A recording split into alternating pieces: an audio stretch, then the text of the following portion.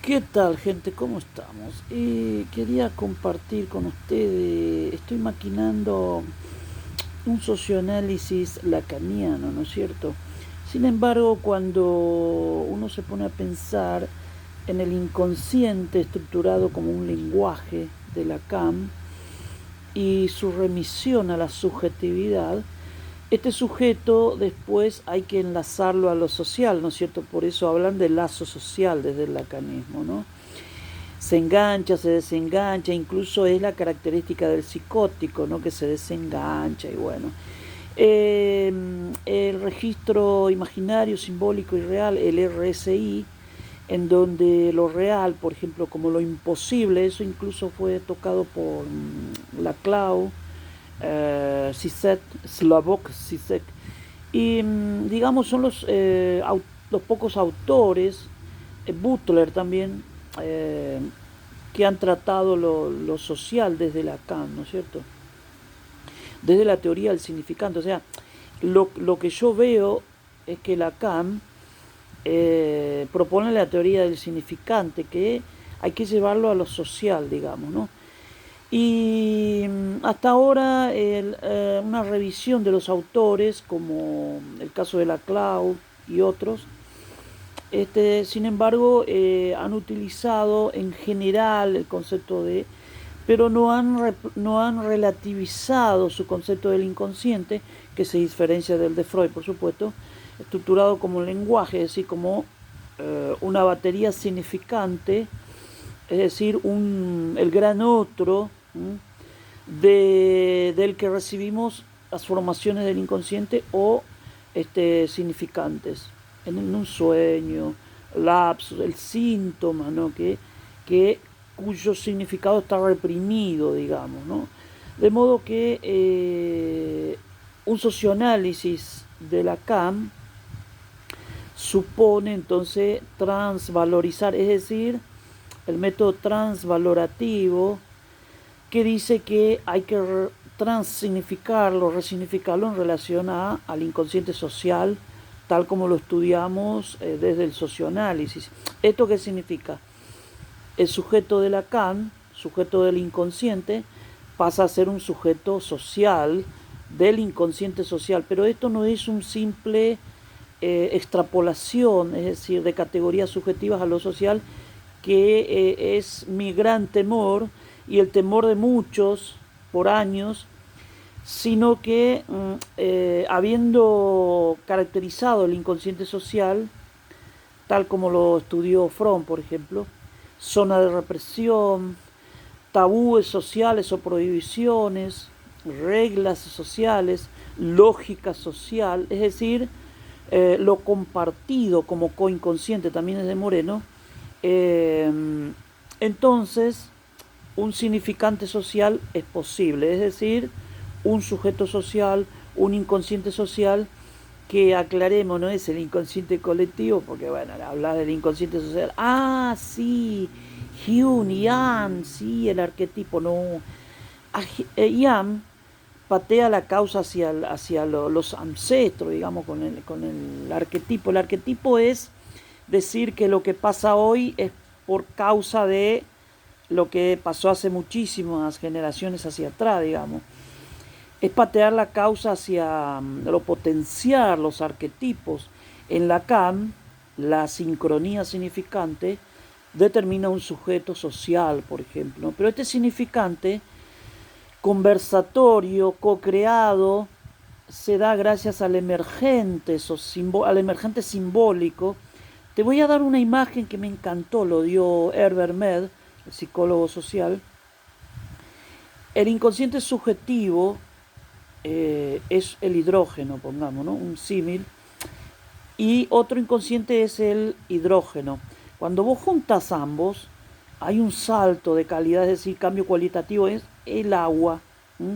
Digamos que cuando yo converso con alguien, se activa y empiezan a emerger no solo significantes subjetivos, sino intersubjetivos, o sea, el lenguaje.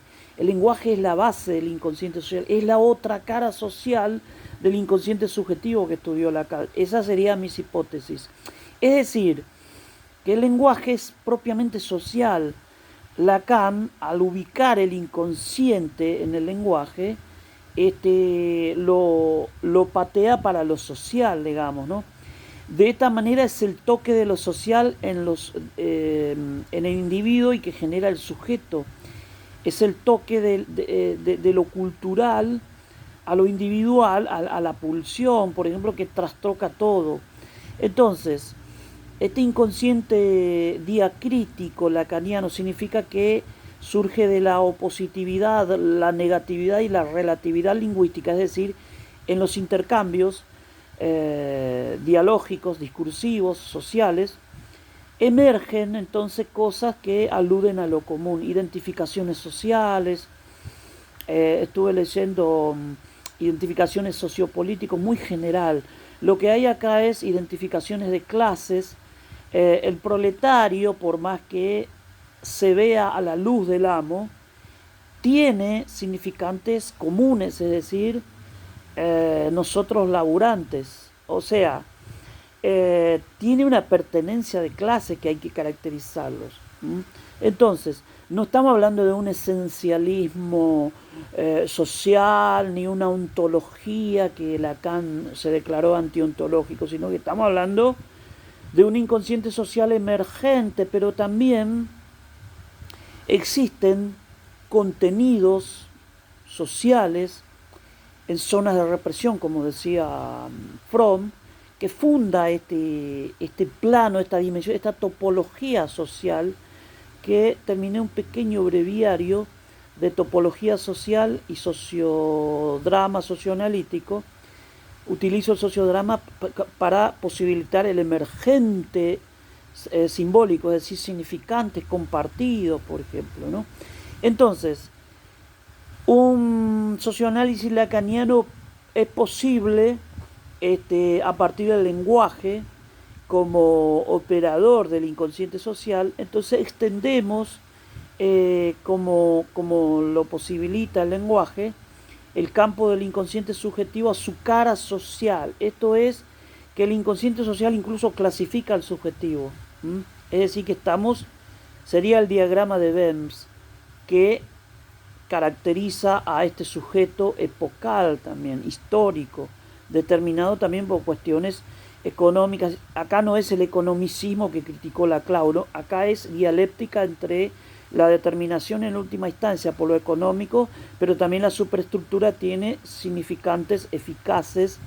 De hecho, lo económico se compone de mercancías que tiene todo un simbolismo, son el fetichismo que hablaba Marx, es eso, de que están polisemánticamente determinados, digamos. Entonces, estoy pensando este ensayo de socioanálisis lacaniano, pero un Lacan reformulado a la luz de las hipótesis del socioanálisis transdisciplinar, porque ya es tocar también Moreno y su coinconsciente, es ir al inconsciente del pueblo de Freud, llamó inconsciente del pueblo a esa memoria social, histórica, ese inconsciente social que también lo pronuncia en Psicología de las Masas, pero no la profundiza, sino que estudió su dinámica como psicología de las masas, digamos, ¿no? Dominado por este plano inconsciente.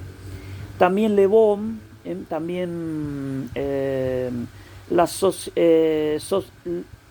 sociopsicoanálisis de Fromm, que toma psicoanálisis y sociología, la lingüística sassuriana, pero no es el Saussure distorsionado que incluso tomaron algunos, sino el Saussure oculto, el del anagrama social, porque en definitiva buscamos esa lengua dentro de la lengua, digamos, ¿no? Ese texto dentro del texto, o sea, los anagramas sociales. De modo que es posible este socioanálisis lacaniano con un sujeto social y utilizando categorías como lo real, o sea, lo social, en definitiva, el socius como consenso social es casi un imposible, digamos.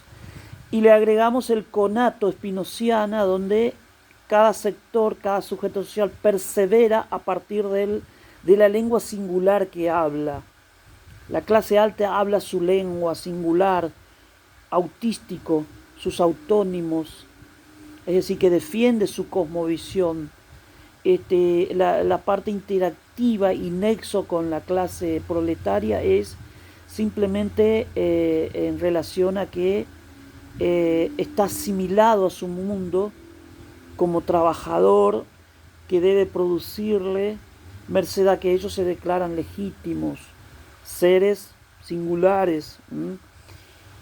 La clase baja también habla su propia lengua, el del esclavo, sometido narcisísticamente y simbólicamente a una definición de sí que le da una identidad vincular, por supuesto, en relación a la clase alta, pero que incluso defienden.